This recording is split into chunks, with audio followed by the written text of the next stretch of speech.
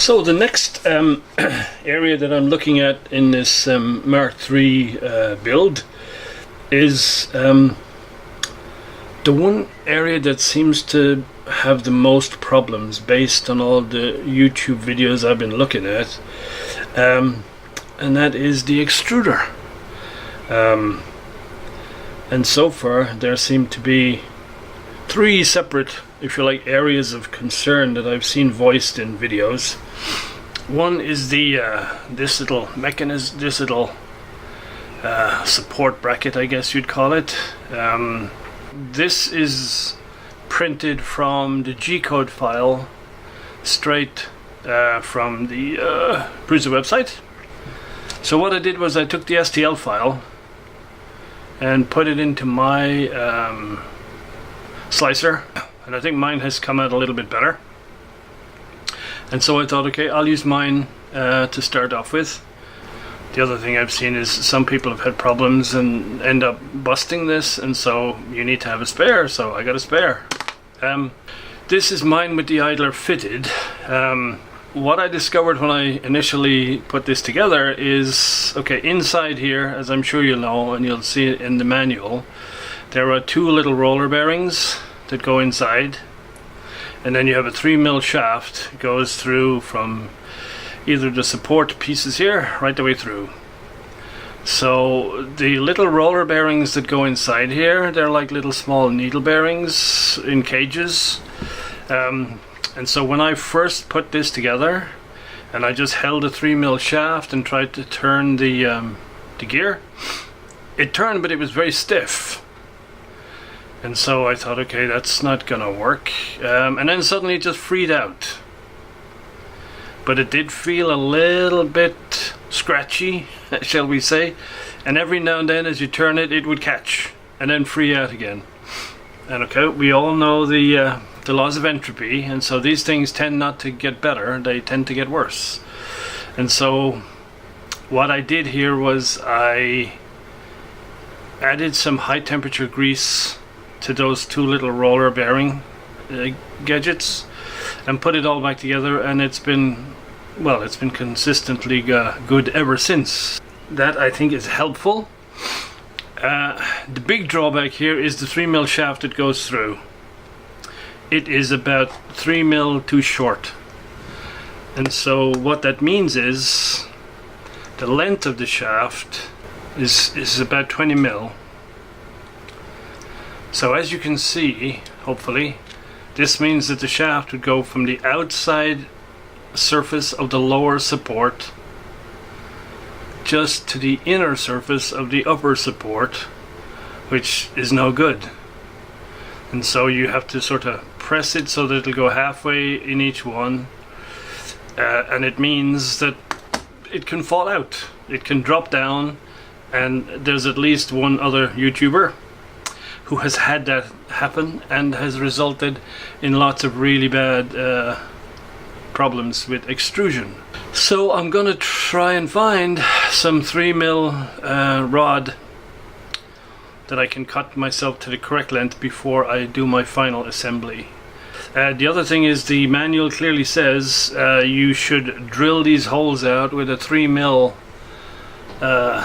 drill so that you don't stress these supports when you put the shaft through, because you risk breaking it. And people have said, well, it's not necessarily easy to find a 3mm drill in the US.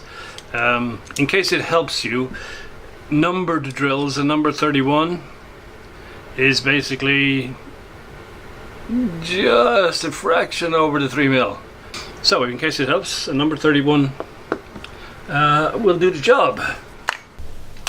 So to mount the housing for the controller board on the new frame, none of the holes on the frame match up with this particular housing from Prusa.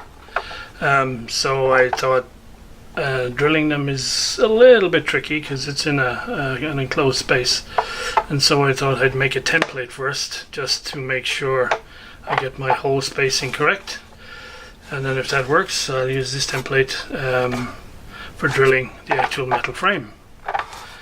just as well I did, because measure twice and cut once, as they say. I thought I'd measured it very carefully, but the first time I did it was not correct.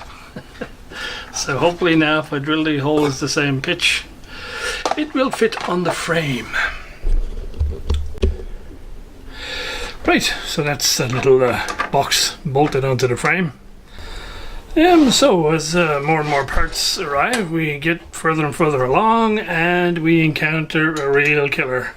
Stuck on the back here needs to be a stepper motor, which is gonna foul this guy by probably a good 1.5 centimeters, I'd say.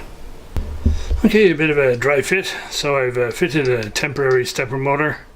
I've relocated the mountings for this controller, so I now have plenty of clearance here. I'm a good centimeter, so don't worry about fouling. The other little advantage of the mock-up is I can see that this stepper motor actually comes proud of this controller, so I don't have to worry about anything whacking it and damaging it once it's in actual use. Well, I just happened to be looking out the window and I saw the UPS guy pull up, and so he had my dryland bearing and the few spares that I ordered. So now the bed platform is all ready to go. So some bits came today, which included the standard linear bearings, which I fitted in here, and they align quite nicely. So this will run up and down the Z-axis rods quite nicely, so that's cool. Well, it took the best part of 12 hours to print this little boot for the power supply, and it looks like it's not for this power supply. So I shall have to go and look around and see what I can find. Okay, so mystery solved. Whereas my power supply looks the same as the one in the Mark II that I have upstairs, on closer inspection it's not the same. And so this is a larger, more beefier power supply, and sure enough, the one for the Prusa is only this wide, and it's generally smaller. So much for my powers of observation. So we're definitely now down to coming up with a custom mod for how we fit this one into the frame that I'm working with. Fun and games. So this is the front panel, which I've removed and re-drilled 4 holes, or drilled 4 new holes, to fit the mounting of the LCD display, because the holes that come in the frame are clearly too close together horizontally and too far apart vertically. So yeah, who knows what else I'll find. One thing I did notice coming back to the finish and the fit is there is a really sharp imperfection here, and it feels like what happened is the laser starts the tool path and goes off around, but when it comes back to finish, it finishes just a little bit too early, and so it leaves this little spike of metal. Now, as I said, this doesn't affect fit, but it certainly gives you a nasty little scratch. So I encountered a little problem with how these rods fit into the frame, which is there didn't seem to be any way this rod just comes through the hole in the frame, or the 3/4 hole, I guess you'd call it. But then I found, and it's the same front and back, and so I found that as I moved the bed platform back and forth, this shaft would come out and fall out, basically.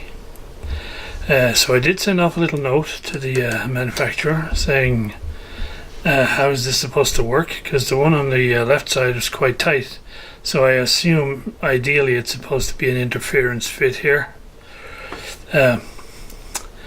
And in one case it seems like it is, and in the other side it seems not. Anyway, I decided while I'm waiting for the manufacturer to get back to me, I would come up with my own solution. And so I designed and printed this little bracket, which goes on over the front here, and which stops the the shaft from coming out. So I printed out 4 of these guys, and I think we'll call that a fix. I think we'll call that done. So I've mostly built up the extruder at this point. I'm still waiting for the 3mm shaft that is used to mount this gear here for the feed, and I'm definitely going to replace it because it's just barely catching on this side. I'll see if I can show you. If you look down in there, you will see that 3mm shaft doesn't come through the hole on this side at all. It's just barely held on there. So it's obviously just a matter of time before that pops out of there, since it's under pressure all the time. So yes, I will take that all apart and replace the little 3mm shaft when the 3mm rod arrives, which will hopefully be tomorrow.